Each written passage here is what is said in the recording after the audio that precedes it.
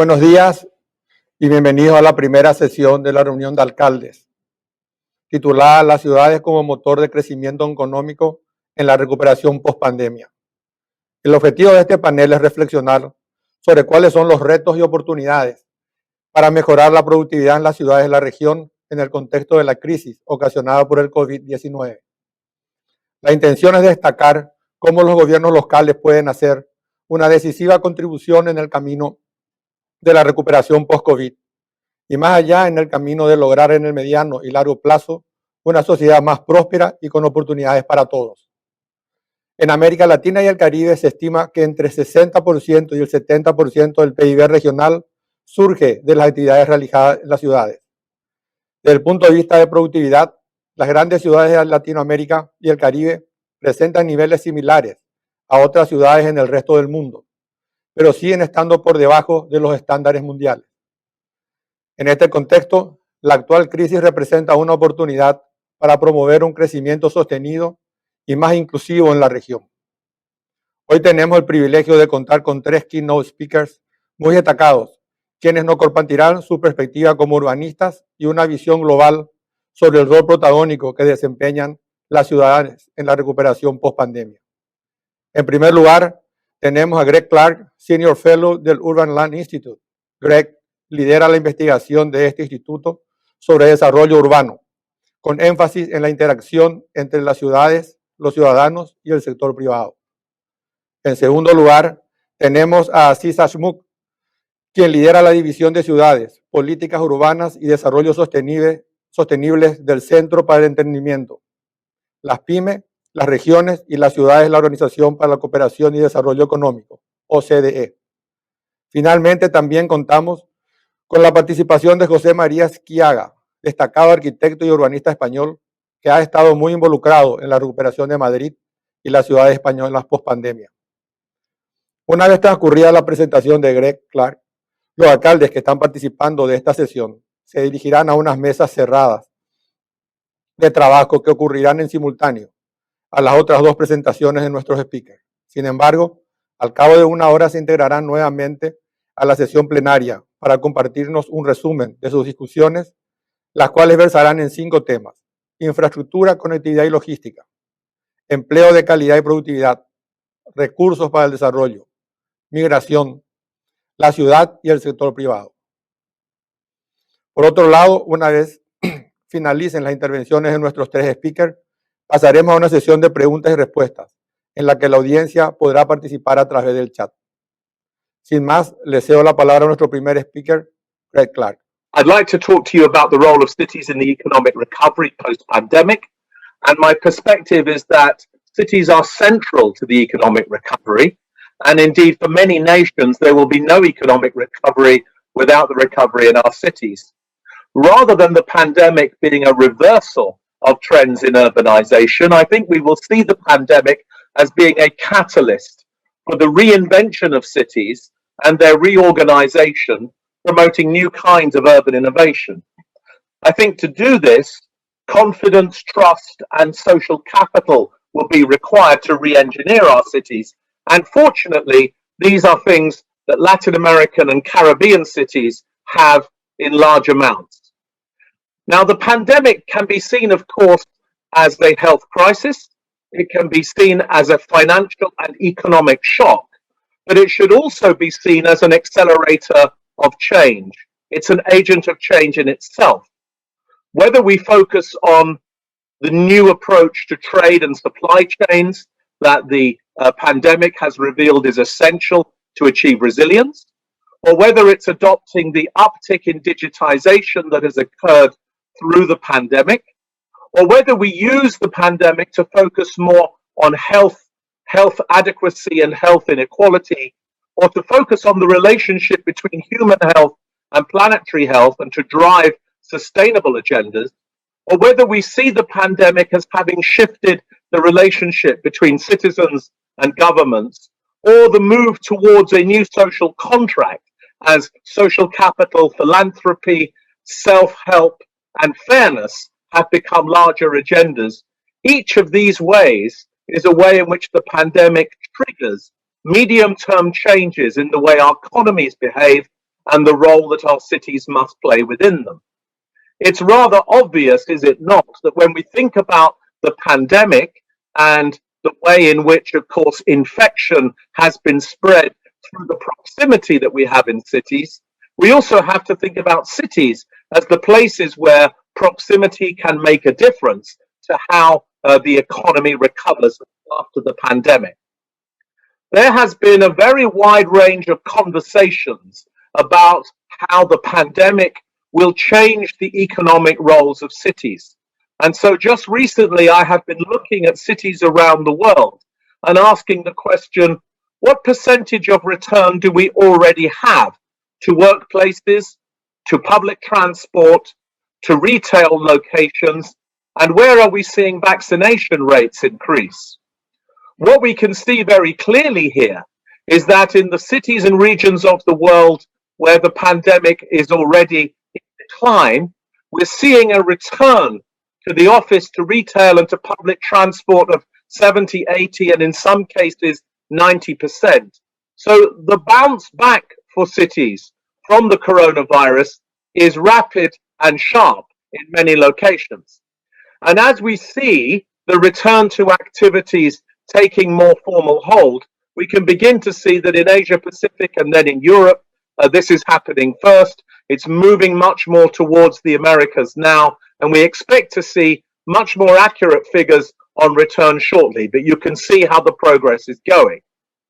Now, there's been a lot of assessment, particularly in the global media, about the possibility that the pandemic would produce a kind of reversal of urbanization, with people leaving cities to live in more remote rural areas. And I happened to look the other day at where these media comments were coming from most strongly. And it seems likely that a simple way to look at this is to see that countries that are already highly urbanized, including Brazil, Argentina, Colombia, Chile, Mexico, and others, many of them are retaining still a strong appetite for urban amenities, urban infrastructures, and the productivity advantages that cities bring. In some countries, particularly in non-coastal United States, in New Zealand, in Australia, we may well see some reversal of the primary urbanizing tendencies, but in many cases these will involve movements towards smaller cities and smaller towns that can also be seen as opportunities for them. So perhaps a simple way to think about the virus is that it provides opportunities for different kinds of cities and towns in different parts of the world to optimize their position and to think about using the virus to increase the benefits of urbanization for their citizens. To put this more simply, there are many ways to understand now how cities can contribute to economic recovery, both as the main engines of growth, the drivers of competitiveness and specialization in supply chains, cities as the platforms upon which the transition to the knowledge-intensive, high-value-added economy occurs, the role of cities as gateways, bringing in talent, capital, visitors and cultures, gateways into nations through cities, cities as generators of taxes and revenues for investment, hubs of innovation and skill development, and of course cities offering both economies of scale and also ways into employment for people with low skills and high aspirations who want to be part of an urban economy. Cities also, of course, provide the junction boxes between our nations and the global flows of trade, investment, talent, and capital. So for all sorts of reasons, it's difficult to imagine an economic recovery without our cities playing a central role. And in Latin America and the Caribbean, this is more true than almost any country in the world. We know that the system of cities in Latin America and the Caribbean is such that it's the second most urbanized region globally. We can see how that process of urbanization is increasing. But we can also see that cities have been driving much of the economic progress in Latin America. And if we're going to adopt the opportunity to escape the middle income trap in Latin America, cities and their productivity and their infrastructure are going to be critical to doing that. Many Latin American cities have particular challenges in how they support and foster economic development and economic processes. Some of these challenges are listed here on the left-hand side, but we can see the crisis, I believe, as an opportunity, the pandemic as an opportunity to drive forward on the economic roles of our cities and to optimize them moving forward. So cities in Latin America play critical roles in their national economies. Firstly, each country, each nation has a unique city system that can be optimized. These national systems can build up connectivity, complementarity, and commonalities, and then they provide a great opportunity for access into global markets for national economies. Now, I want to talk briefly about some of the sectors where I think cities can make a distinctive role. And these are in tourism, trade and logistics, culture, and others. Let's have a look at them in a little bit more detail.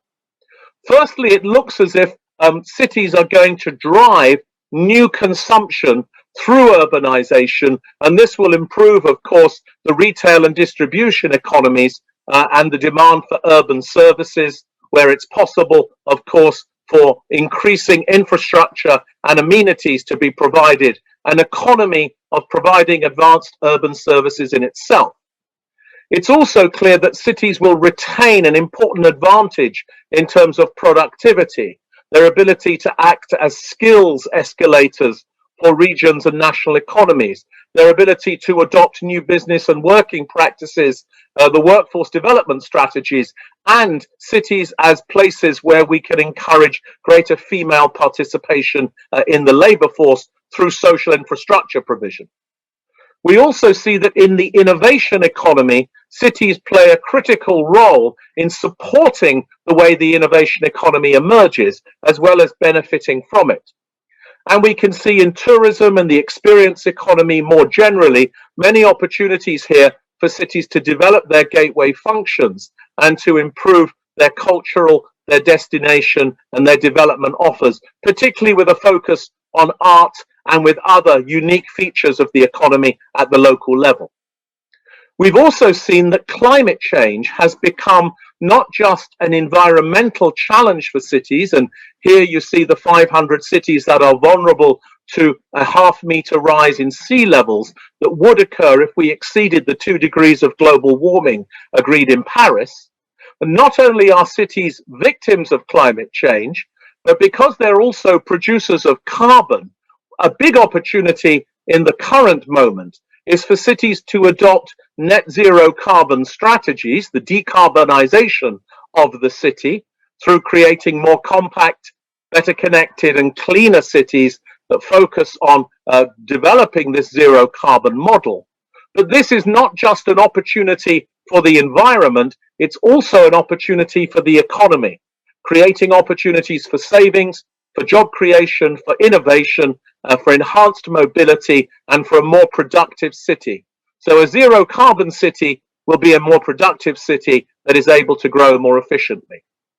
Lastly, I'd like to make the point that this pandemic, of course, has underpinned the relationship between citizens, cities, and health, where proximity, as I said at the beginning, has proved to be a challenge in the spread of the pandemic. Nevertheless, I think that the reinvention of our cities as hubs of health, healthy living, healthy climate, healthy buildings, and healthy transportation will be a key feature of how cities aid the recovery, not just of their economy after the pandemic, but of the lives and the livability of their citizens as well. Thank you very much for listening to me. I'm going to stop sharing slides there, and hopefully we'll be able to have a conversation after the other speakers. Thank you again. Ahora pasamos, y tengo el gusto de invitar a Sisa para compartir con nosotros su presentación. Buenos días a todos. Muchísimas gracias por la oportunidad de presentarles algunos de los datos que se desprenden del trabajo que llevamos haciendo en la OCDE desde un par de años sobre crecimiento inclusivo en las ciudades en general y trabajando en Latinoamérica en particular. Y muchísimas gracias a los colegas del BID de Barranquilla y de Colombia por la invitación. Les voy a compartir algunos de los mensajes que se desprenden de un análisis que hemos hecho en más de 100 ciudades a nivel mundial, incluso muchas en Latinoamérica, en términos de las lecciones que se desprenden de la crisis de la COVID-19 y de los desafíos de estas ciudades en términos de desigualdades en particular. No voy a entrar mucho en los detalles porque tienen en línea y les pongo en la pantalla los vínculos hacia los reportes en distintos idiomas.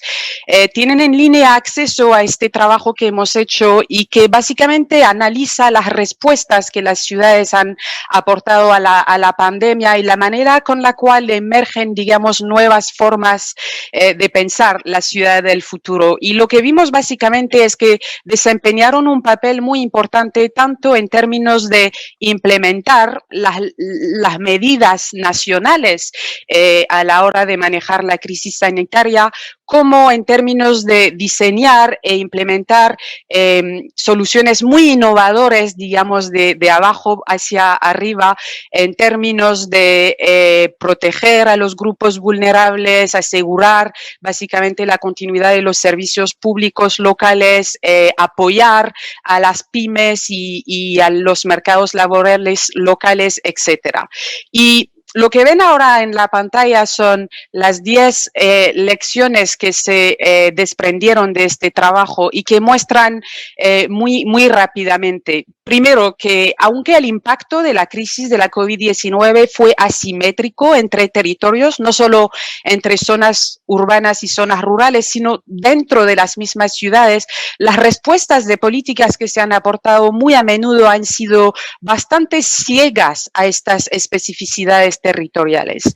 El segundo mensaje es que las distintas ciudades en Latinoamérica y el Caribe y en el mundo en general van a tener distintas capacidades de recuperar de esta crisis en función de su matriz productiva, en función de su exposición a las cadenas de valor a nivel mundial, etcétera.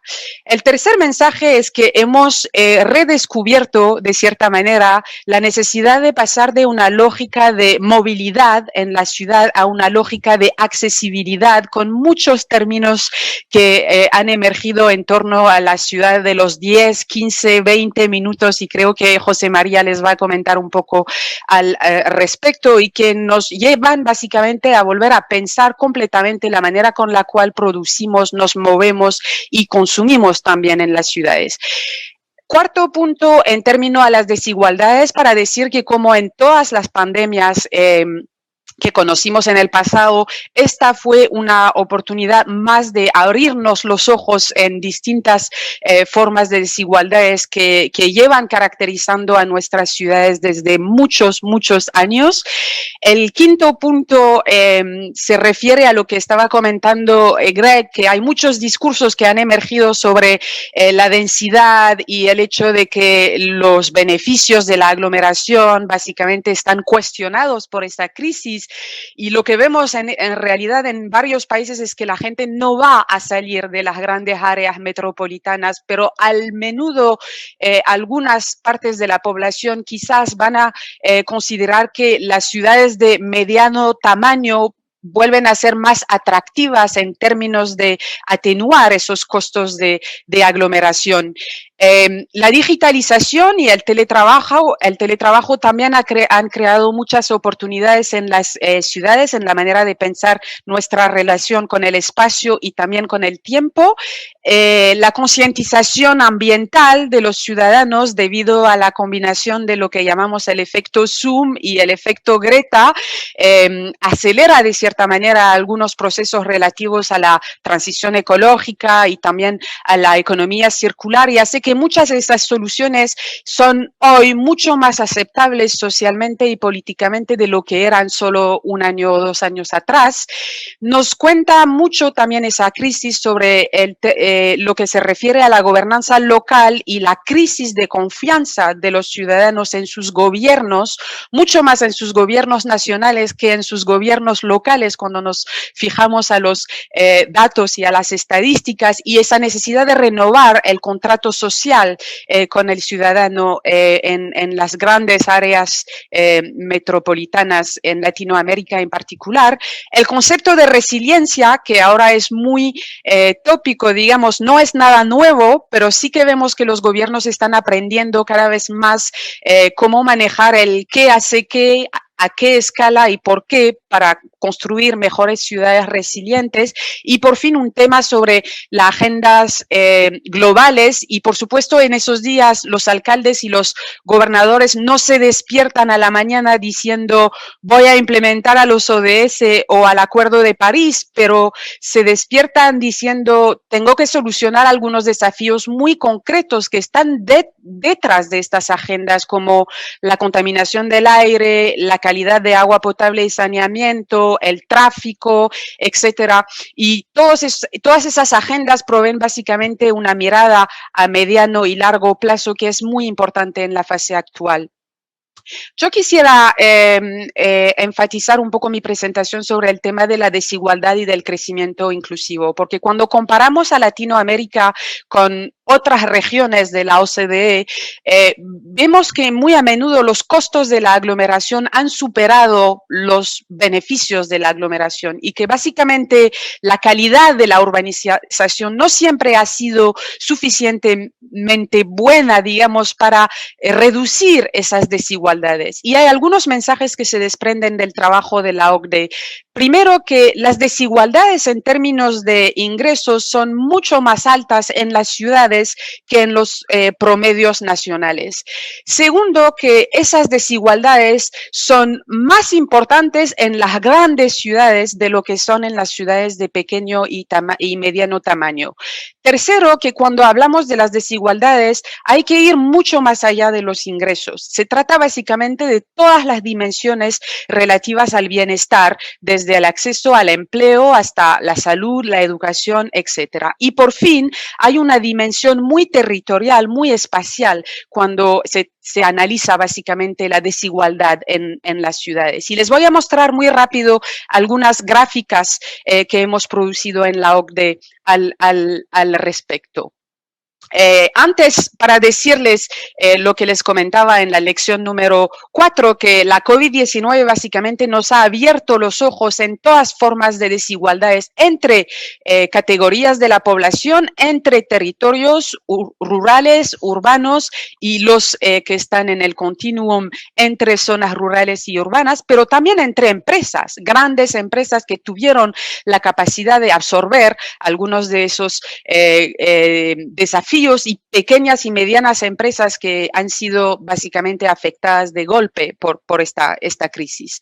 A la hora de ver los datos de la desigualdad, lo que les comentaba es que todas las ciudades no crecen de forma inclusiva, y que en realidad a la hora de analizar las desigualdades vemos que el tamaño de la ciudad y la gobernanza de la ciudad tienen mucha importancia, porque, como lo decía, hay una correlación directa entre el tamaño de la ciudad y el nivel de desigualdad. Hay ciudades como Londres y Baltimore donde puede haber básicamente 20 años de diferencia en términos de esperanza de vida en función de su código postal o su estación básicamente de transporte público. Y vemos lo mismo en términos de la fragmentación institucional y la falta de gobernanza metropolitana, que contribuye en la mayoría de los países y de las ciudades de la OCDE en básicamente aumentar los niveles de segregación.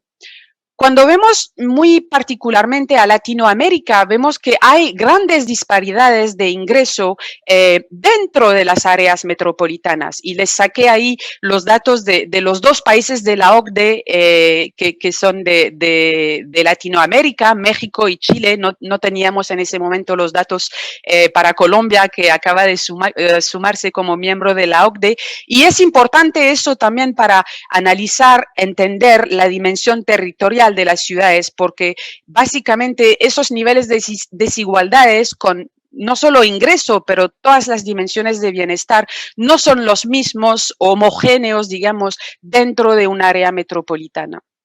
Y vemos también que los niveles de segregación debido a las desigualdades de ingresos son muy diversos, digamos, entre ciudades de un mismo país.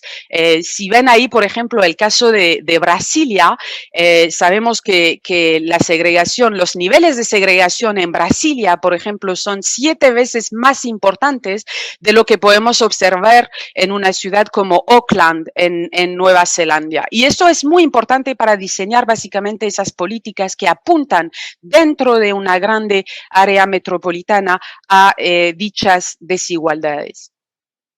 Hemos medido en la OCDE la distancia de 600 ciudades y 600 regiones o estados o provincias, dependiendo de los países, para con los 17 objetivos del desarrollo sustentable, donde consideramos que los gobiernos locales y regionales tienen un rol muy importante que desempeñar. Y lo que ven ahí es básicamente el resultado, la distribución, por ejemplo, de los estados de México para con el ODS número 10, ahí en verde básicamente, y ven que para todos los estados de México, menos uno, están en el grupo del 20% de estados de todos los países de la OCDE que están más atrás, digamos, para con este ODS 10 sobre desigualdades. Están concentrados en la parte baja, en los 20% menores en términos de distancia, digamos, de desempeño para con este ODS.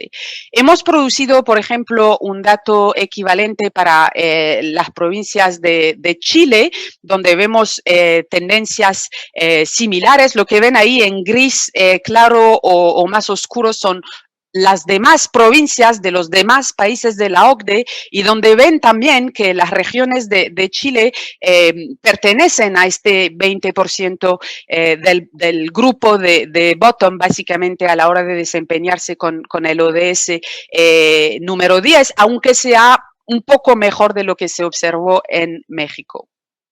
Les voy a contar muy rápido ahora en términos de respuestas de políticas, cómo la mayoría de los alcaldes que tenemos en las redes de la OCDE han básicamente prestado atención a este tema de desigualdad y un mensaje o dos también sobre el rol de la política nacional urbana. Tenemos en la OCDE lo que llamamos una red de campeones, de alcaldes campeones para el crecimiento inclusivo, que básicamente reúne a los 60 alcaldes que han hecho de la lucha en contra de las desigualdades una prioridad, y llevamos ahora 5 años trabajando con ellos en torno a distintos temas, desde la educación primaria hasta los mercados laborales a nivel local, temas de políticas urbanas en general, desde la vivienda hasta el manejo del suelo, la lucha contra el cambio climático y sobre todo temas de infraestructura y de servicios públicos en distintos sectores. Y dentro de estos alcaldes hay 5 alcaldes que son de Latinoamérica y del Caribe, la alcaldesa de Bogotá en Colombia, el alcalde de Buenos Aires en Argentina, el alcalde de Perú, de Lima, perdón, en Perú, de Quillota en Chile, de Saltillo en México, y lo que tienen ahí en la pantalla son ejemplos de medidas que han tomado durante la crisis de la COVID-19 para luchar precisamente en contra de estas desigualdades y hacer básicamente que los niveles de inclusión no estén trabajando a contra, básicamente, de la productividad de sus ciudades respectivas. Entonces van muchos ejemplos ahí, desde básicamente temas de movilidad urbana hasta apoyo a las pymes, pasando por medidas especiales para los grupos vulnerables o incluso plataformas digitales para fomentar la concientización de los ciudadanos, que nos parecieron muy interesantes para ese tema de crecimiento inclusivo. El último punto que les quiero compartir es relativo a la política nacional urbana. Es un desafío convencer a muchos gobiernos que a nivel nacional, federal, cualquier sea la organización institucional de los países, tienen un rol fundamental que desempeñar para desarrollar esas ciudades inclusivas, verdes, inteligentes. Y esto quiere decir que necesitamos esas políticas nacionales urbanas. En el monitoreo de 150 países que hicimos con ONU Habitat 3 años atrás, vimos que solo 19 países en Latinoamérica tenían un proceso de política nacional urbana en curso, 14 lo estaban implementando y solo 1 lo estaba ya evaluando y monitoreando. Y eso muestra alguna diferencia con otros países, por ejemplo, en Europa o en América del Norte. Pero más importante, lo que vimos es que en la mayoría de los casos, esas políticas nacionales urbanas no integraban las consideraciones de resiliencia y de lucha en contra al cambio climático, que eran muy a menudo temas llevados por ministerios sectoriales a nivel ambiental, cuando en realidad tienen una importancia muy fuerte para políticas urbanas también. Y eso es básicamente la buena noticia, porque en el monitoreo que estamos terminando ahora para 2021, vemos que muchos países de Latinoamérica ahora han integrado de forma más explícita en sus políticas nacionales urbanas consideraciones ambientales, y no entro en los detalles, van a tener acceso a las diapositivas, pero ahí ven básicamente el abanico de países que hemos cubierto. Lo dejo aquí con esta última diapositiva que les da básicamente los principios de la OCDE para políticas urbanas y las estrategias que se basan en recomendaciones que hemos extendido a los gobiernos para volver a construir ciudades más inclusivas, verdes e inteligentes, que es muy relevante para Latinoamérica también, y que realmente tiene que hacerse en esta responsabilidad compartida entre niveles de gobiernos. Y para los que quieren más información, la última diapositiva les da todos los vínculos internet hacia la información que hemos producido y los datos que les he presentado. Muchísimas gracias y perdón por haberme demorado un poco más, pero fue en español y me tomó un poco más tiempo de lo que tenía previsto. Gracias. Para cerrar con nuestros invitados, tengo el gusto de darle la palabra a José María Esquiaga, que nos hablará desde el punto de vista del urbanismo. José María, la audiencia es tuya. Sí, muy buenos días, tardes, acá desde España.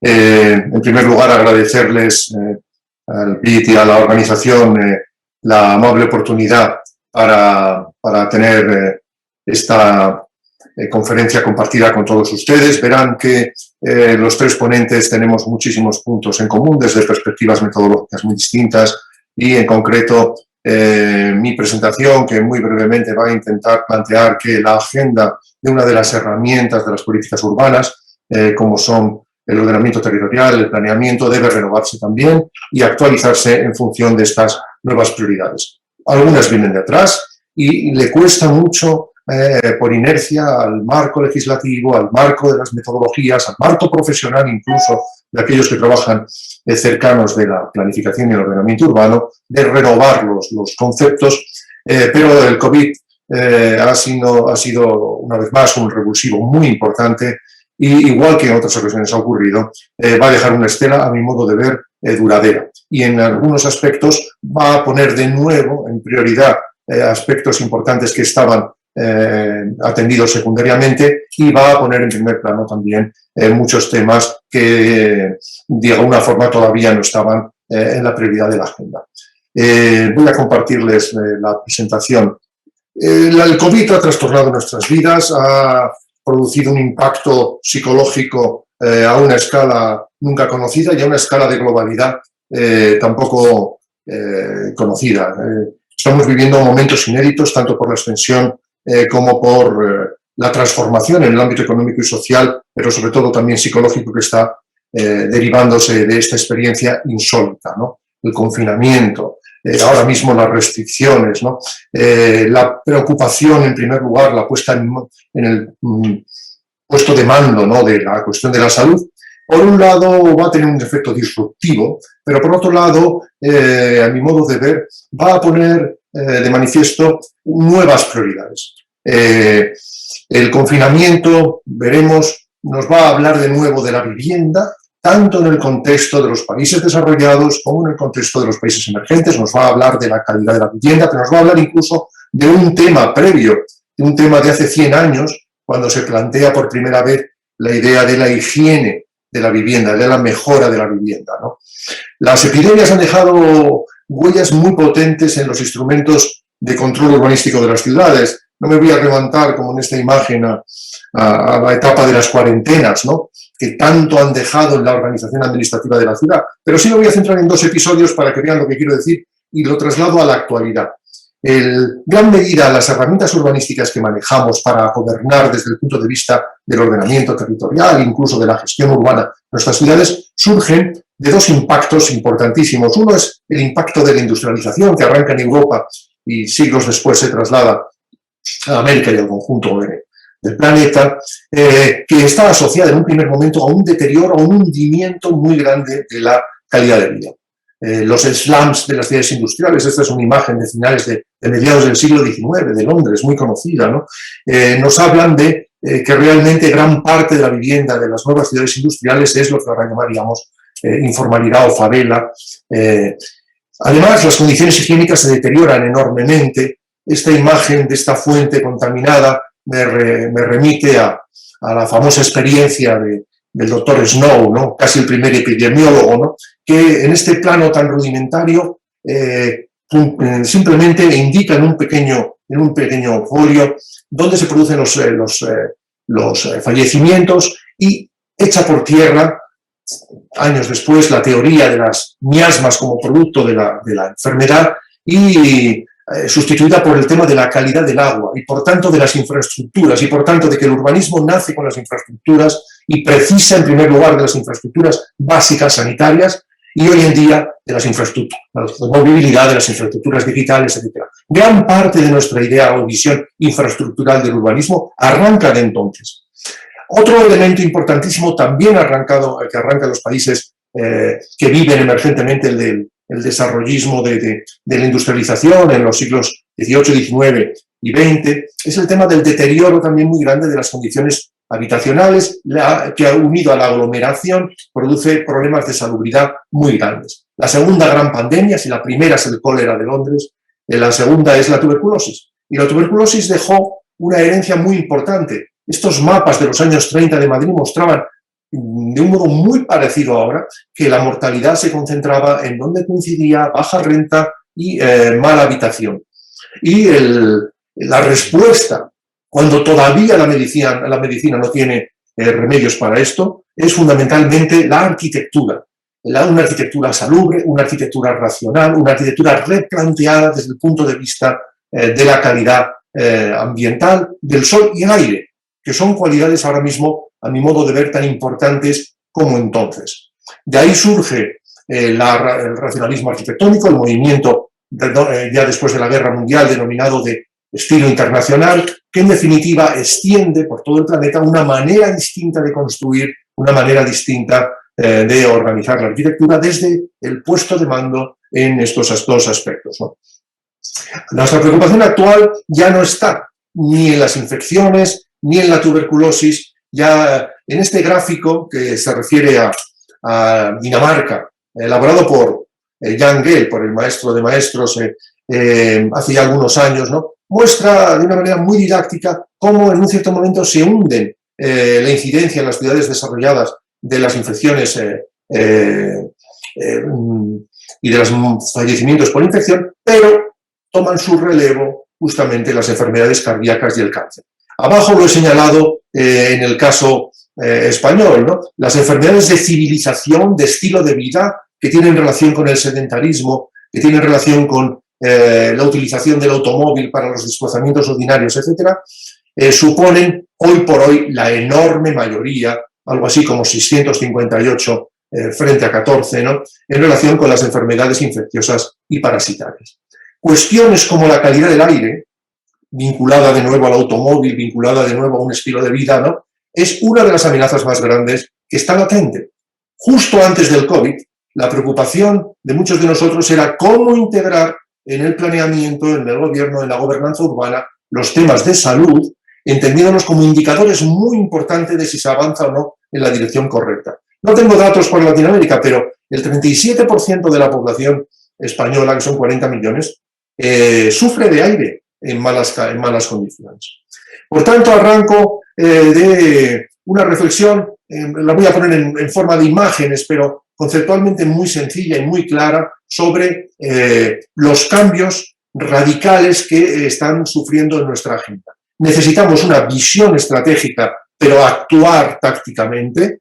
La visión o el urbanismo táctico sin una percepción o una visión estratégica deviene finalmente impotente para abordar los grandes desafíos, pero el urbanismo convencional, el de uso del suelo y regulación, simplemente es insuficiente para abordar los nuevos temas de salud, resiliencia y sostenibilidad, lo cual justamente así lo ha insistido, con lo cual, digamos, no hago más que adherirme a lo que ella muy correctamente ha señalado. Hay algunos problemas que vienen de largo aliento, no me voy a centrar en ellos porque justamente han sido los problemas sobre los cuales Greg y así se han insistido. Los problemas de segregación social e inequidad que se plasman en la propia morfología urbana no son conceptos abstractos, son conceptos que se plasman en la misma organización física de los barrios. La imagen de Caracas vale por 1000 palabras, ¿no? Esta imagen de lo que es una calle en un ámbito de informalidad nos recuerda ese mismo problema. Los temas del cambio climático, esta imagen que hice yo mismo en Asunción, ¿no?, en la zona de Chacarita, ¿no?, nos prueba también que la resiliencia es algo de nuevo universal y es una política que debe abordar desde Bombay, como se veía en la anterior foto, a Venecia, ¿no? El problema de la resiliencia es y va a seguir siendo un tema esencial. Pero me voy a centrar en unos problemas complementarios que son a su vez derivados o en gran medida de la toma de conciencia que ha significado la experiencia de confinamiento, cuarentena, trabajo o distorsión de las formas habituales de trabajo derivadas del COVID. En primer lugar, el equilibrio entre densidad urbana y habitabilidad. Durante los primeros días de la pandemia, seguramente que ustedes recuerdan que existía un gran debate sobre si la densidad era letal y si justamente las ciudades densas, es decir, el tramo New York o San Pablo frente a la imagen de Los Ángeles, ¿no?, si Los Ángeles eran ciudades resilientes frente al COVID, aunque no fueran sostenibles, ¿no? La evolución, y hemos aprendido tanto este año, nos ha mostrado que no hay una correlación entre densidad y mayor incidencia del COVID, que en muchos casos el COVID ha tenido momentos de reservorio en regiones muy poco pobladas y con una densidad de población muy baja, con una dispersión grande, sobre todo en aquellos países que lo han medido más. En el caso español hay una constatación evidentísima de ese punto, ¿no? Pero también ha quedado claro que hay una densidad buena y una densidad mala. A la densidad mala mejor no llamarla densidad. Sugiero que en castellano la llamemos hacinamiento. Es decir, un concepto radicalmente distinto. Densidad buena sería, por poner un ejemplo paradigmático, el caso de Barcelona. Hay un equilibrio entre el espacio libre y el espacio vacío. Las actividades urbanas pueden distribuirse en el conjunto del tejido urbano consolidado porque hay suficiente densidad como para que se pueda producir un equilibrio funcional, etcétera, etcétera. Pero hay una densidad mala, les pongo este ejemplo que no es Latinoamérica, es Hong Kong, ¿no?, para ver que realmente sí hay una densidad que pone en riesgo incluso la propia habitabilidad residencial. Frente a eso, el modelo es el modelo de la baja dispersión, el modelo en gran medida todavía la imagen aspiracional de las clases medias, ¿no?, el modelo de la bajísima densidad. Pues me temo que este modelo está asociado inevitablemente y cautivamente a la utilización del automóvil y a una utilización muy despilfarradora del recurso suelo. Sin densidad no hay transporte sostenible y sin densidad no hay agricultura de proximidad ni hay ninguna de las cualidades que hoy en día estamos recabando de las ciudades. Por tanto, es necesario encontrar un equilibrio entre la densidad buena y la habitabilidad. La regeneración urbana y la vivienda saludable. Parecía que el tema de la vivienda, sobre todo en los países desarrollados europeos, era un tema archivado. Hubo un problema de vivienda hace un siglo, los años 20 del siglo pasado, pero ahora ya no existe un problema de la vivienda. No parecía existir, pero existía. Les pongo simplemente unas imágenes de la prensa, que ha estado, en el caso español, muy centrado en el tema, confinados en infraviviendas. Infraviviendas en áreas consolidadas. No es informalidad en el sentido de Latinoamérica, que ahora hablaremos, ¿no? Sino sencillamente es viviendas de mala calidad. Es decir, oferta en el mercado de viviendas que debieran quedar excluidas, ¿no? Una parte del discurso de los países desarrollados ha tenido relación con abrir la vivienda al exterior, replantear el tipo de vivienda, replantear el tamaño, ¿no? Pero claro, esta es una imagen de Madrid, no es una... hay una correlación muy directa, no les puedo mostrar ni quería resultados de investigación, pero esta es una que hemos realizado sencillamente poniendo de manifiesto tres elementos. La incidencia del COVID en algunos momentos de pico alto, los metros cuadrados de construcción por persona y la renta. Los lugares donde hay menos renta, hay menos estándar, por tanto, más hacinamiento y hay mayor incidencia de contagio cuando el pico del COVID está alto, ¿no? Y resulta que son parecidos a los ámbitos que estaban ya señalados hace un siglo en el caso madrileño. Ahora es muy fácil seguir esto porque podemos seguirlo mediante sistemas de información geográfica casi en tiempo real, ¿no? Pero me preocupa principalmente el problema de que la cuarentena y el confinamiento pone de manifiesto una frase que habrán escuchado decenas, cientos, miles de veces, ¿no? ¿Cómo se confina en su vivienda el que no tiene vivienda, ¿no? Es decir, pone de manifiesto que el tema del alojamiento y del tema del alojamiento vinculado a la salud y a la dignidad de la persona, obviamente, pero vinculado a la salud como elemento adicional es muy importante, ¿no? Este reportaje del New York Times de hace unos meses, ¿no? Justamente ilustraba, era muy interesante, a través de fotos costumbristas, ¿no? El concepto, en este caso, de esta señora recicladora en su casa de Medellín, o estas mujeres que comparten una olla colectiva para afrontar en un pueblo joven en Perú, ¿no? Esta cuestión. También se ha distorsionado la relación de la vivienda con el espacio de trabajo. Esto no es un tema nuevo. Fíjense este titular. Las empresas y bancos fomentan el teletrabajo ante la nueva gripe. Pero es que es de 2009. Es de cuando la gripe aviar, de cuando la neumonía atípica. El problema ya estaba planteado y ahora ha alcanzado una dimensión realmente enorme, sobre todo en aquellos puntos donde existe esa posibilidad del teletrabajo. Pero ¿qué decir de las personas que están en primera línea, el frontline, en sus puestos de trabajo, o aquellos en el ámbito de la economía informal que realmente no existe siquiera la posibilidad de ese trabajo a distancia, ¿no? El estar en primera línea es consustancial al mismo tema de trabajo, pero por otro lado han perdido la posibilidad siquiera de estar en primera línea, ¿no? Esta imagen que fue casi una portada de The Economist, ¿no? Hace unos meses, ¿no? De este niño en México, ¿no? Quizá es el mayor, ¿no? Alegato a favor de la necesidad de replantear de nuevo la cuestión de la vivienda desde nuevos parámetros. Hay que hacer de nuevo un informe para poner la vivienda en el puesto de mando en relación con la regeneración urbana, ¿no? Esta imagen de estos niños, estas dos son de Medellín, ¿no? Donde en casos espontáneos con su hermanita mayor o con la madre que ayuda a las vecinas, ¿no? Ponen de manifiesto una visión muy distinta a la que se puede tener en los países desarrollados sobre el futuro del trabajo.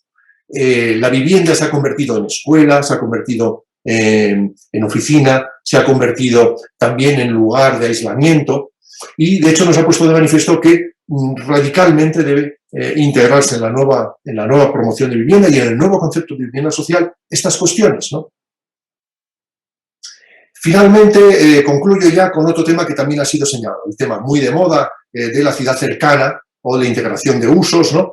Poner a las personas primero. Esto es una idea que no viene de atrás, Pero la idea que viene de bastante atrás, la idea de que la calle es variada y de que las personas son el elemento esencial del espacio público y del urbanismo, es sencillamente un hilo conductor de la historia misma. Solo en algunos momentos el planeamiento y la visión urbanística de los técnicos lo ha orillado, absurdamente, pero lo ha orillado.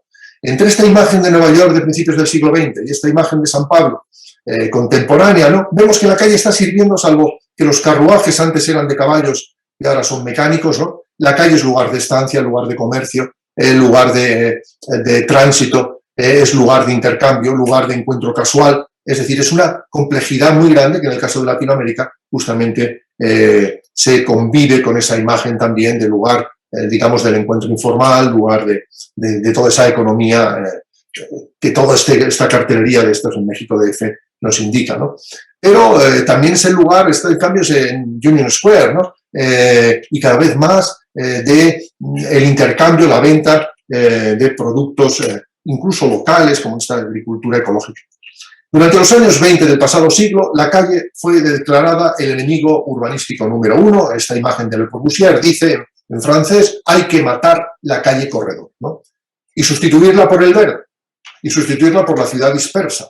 Pero claro, la ciudad dispersa, después de la Guerra Mundial, en gran medida de Italia, España, e incluso me atrevería a decir de Francia y Alemania, era esto.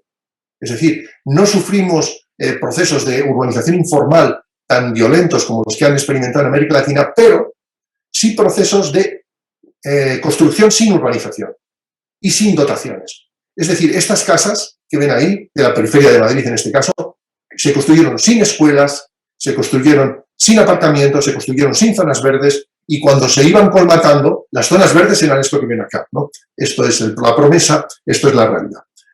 Frente a eso hay que actuar en varios niveles. Uno de ellos es una nueva movilidad, que yo lo resumiría en: pensemos otra vez racionalmente, sobre todo los expertos, los técnicos, en poner a las personas caminando en el puesto de mando. De nuevo, insisto, la ciudad de los 15 minutos, la ciudad de los 20 minutos, es un concepto importantísimo, pero estuvo en el urbanismo. Fíjense esta imagen, es Radburn, es Nueva York, principios del siglo XX. Está diseñado la escuela maternal, la escuela infantil, alrededor de ella las viviendas, un radio de media milla. En el interior de 3 de estos radios está la escuela secundaria, en un radio de 1 milla. Las zonas verdes y las deportivas importantes están al servicio del conjunto, como más extenso de 1 milla. Es decir, que estamos en una circunstancia de un planteamiento muy distinto. Frente a eso, el automóvil se ha convertido en rey, la imagen de México, o esta de El Cairo, ¿no?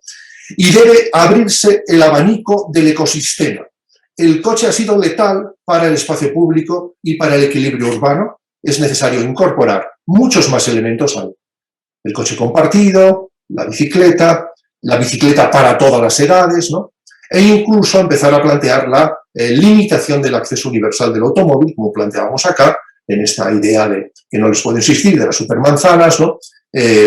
Que voy a saltar un poco por ahí, pero en síntesis es que no todas las calles sean de circulación de paso, algunas queden para residentes, y eso permite un mejor equilibrio también de espacios ambientales de más calidad dispersos por el conjunto de la ciudad. Finalmente, con esto acabo, convertir el espacio público en arquitectura. El espacio público ya era muy importante en toda Latinoamérica como escuela de ciudadanía y como elemento de vertebración social. Además de esto, es elemento, yo diría, imprescindible dentro del propio equilibrio psíquico de la población. Privados de la posibilidad de salir al espacio público, aquí ven, los madrileños toman las grandes avenidas en un cierto momento, ¿no? Es el momento de replantear y continuar políticas como esto de Times Square o esto del propio Yangel. Aquí le vemos en Times Square en Nueva York, pero aquí le vemos de la mano del BID justamente en Jalapa, en México, planteando microacciones que mejoran inmediatamente la calidad de vida de las personas próximas, ¿no? Cuando se estaba planteando este tipo de recuperación de espacios al aire libre, como vemos aquí en estos criterios de Nueva York, se está por fin siguiendo los criterios que Yangel y tantos otros han ido defendiendo durante mucho tiempo. La imagen del espacio público, incluso la de los equipamientos como parte del espacio público de la ciudad, ¿no? Es muy importante. Esta imagen de la ópera de Oslo o del la recuperación del Matadero de Madrid como un espacio abierto y público no es tan distinta de temas que conocen y son muy bien cercanos en América Latina, como el Orquidiorama en Medellín, ¿no? O estas escuelas, ¿no? Que son al mismo tiempo espacio público para los vecinos. Finalmente, la renaturalización de la ciudad durante la etapa de la pandemia ha tenido el verde, ha sido algo que se ha recuperado con fruición, ¿no? La carencia de ese espacio libre ha sido un elemento muy sentido por la mayor parte de la población, siempre y cuando, claro, tuviera la posibilidad de disfrutar de estos elementos cerca o incluso en el conjunto de la ciudad. Acciones como el Highline, que reproduce una naturaleza artificial pero la acerca a la gente, ¿no? Acciones como la recuperación, en este caso de una autopista en Madrid, que se convierte en un parque y que tiene de bueno que acerca partes de la ciudad, lo que antes dividía, ahora une como espacio verde y que pues tantas similitudes tiene con la recuperación del río de Medellín o esta imagen del propio malecón de Barranquilla, ¿no? que mencionó el alcalde con tanto acierto, ¿no? Nos ponen de manifiesto que es posible hacer acciones grandes y microacciones, como estas que les muestro y con las que concluyo de Barcelona, donde se puede ver que sencillamente, de la misma manera que en Jalapa, de la misma manera que en Times Square, calles ordinarias en barrios sencillos, no emblemáticos, no un Times Square, mejoran rapidísimamente la calidad de vida de los ciudadanos. Muchísimas gracias y les ruego también me disculpen el pequeño exceso de tiempo que nos ha llevado. Muchas gracias a todos. Excelente las presentaciones, hemos aprendido mucho en la mañana de hoy. Ahora pasamos al panel de preguntas y respuestas. Lamentablemente por el tiempo vamos a tener que hacer menos de las que hubiéramos querido hacerlas. Empezamos con Greg. Mencionaste la oportunidad que representa la crisis para potenciar el rol económico de las ciudades y para lograr una transición hacia un mejor desempeño desde el punto de vista ambiental y de salud. ¿Cuál sería el rol del sector privado en esta transición? Well, I will simply say that I think there are three key roles for the private sector in all of this. The first one is that the private sector has to be a good citizen and a good partner for the other local stakeholders. And cities which are able to create strong partnerships with the private sector can find that it adds another ingredient to their toolbox, particularly the ability to provide private sector expertise around innovation and markets and enterprise processes. That's all very important. The second one, of course, is the private sector is a core provider of urban services and systems in utilities, mobility, energy, water, waste. So many other parts of the systems of the city are delivered by the private sector. They need to be part of the transformation towards a net zero economy, a socially inclusive economy, and a more productive economy. And this means much better coordination than usual. And thirdly, of course, one part of the private sector, the commercial banking part, is a provider of capital.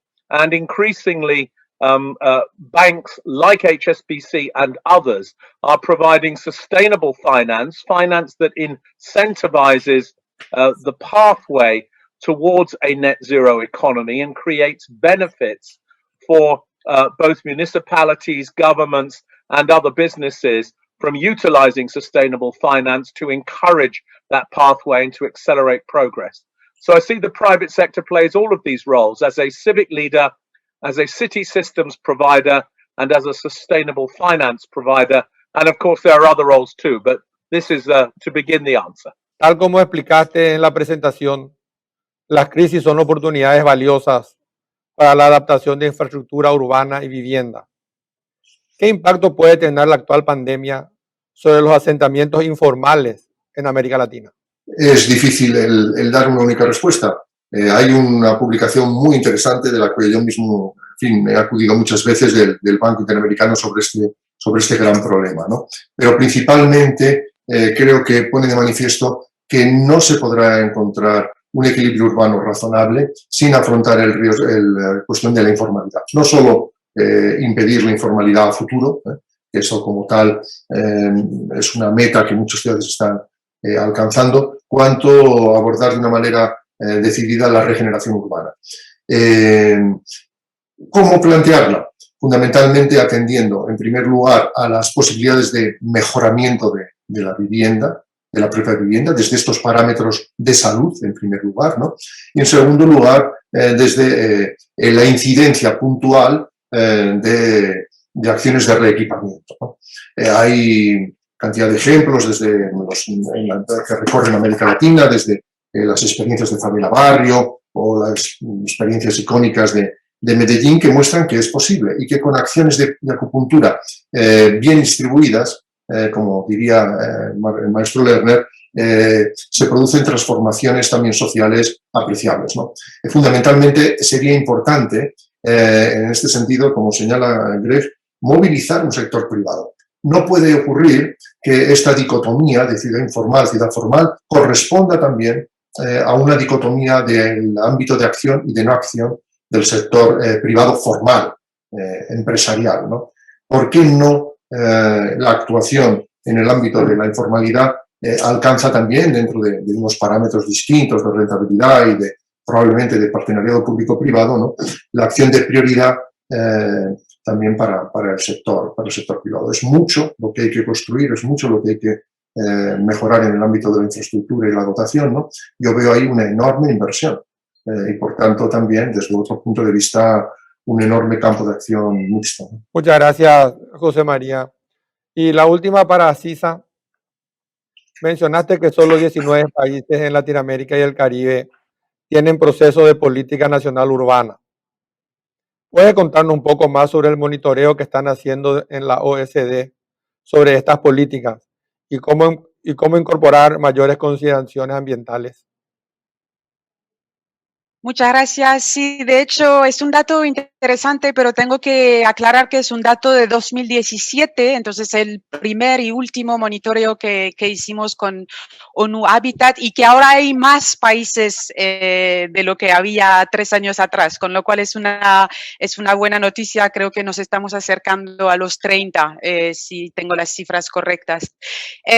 ¿Por qué es así? Creo que porque en la mayoría de los países hasta la fecha se consideraba básicamente que la política nacional urbana era la política de la vivienda, cuando en realidad nos enteramos de que no es el caso. Una política nacional urbana es una política que permite coordinar, integrar distintas áreas de las políticas urbanas, desde la vivienda hasta el uso del suelo, pasando por los transportes, etcétera, y hacerlo con la escala funcional, digamos, que esté basada no solo en donde los perímetros administrativos se detienen, sino más bien donde la gente vive y trabaja. Y el rol de esas políticas nacionales urbanas es realmente fomentar ese sistema policéntrico de ciudades de distintos tamaños, grandes ciudades, medianas ciudades y pequeñas ciudades, porque no solo puede haber productividad y bienestar en las grandes urbes en los países. Entonces,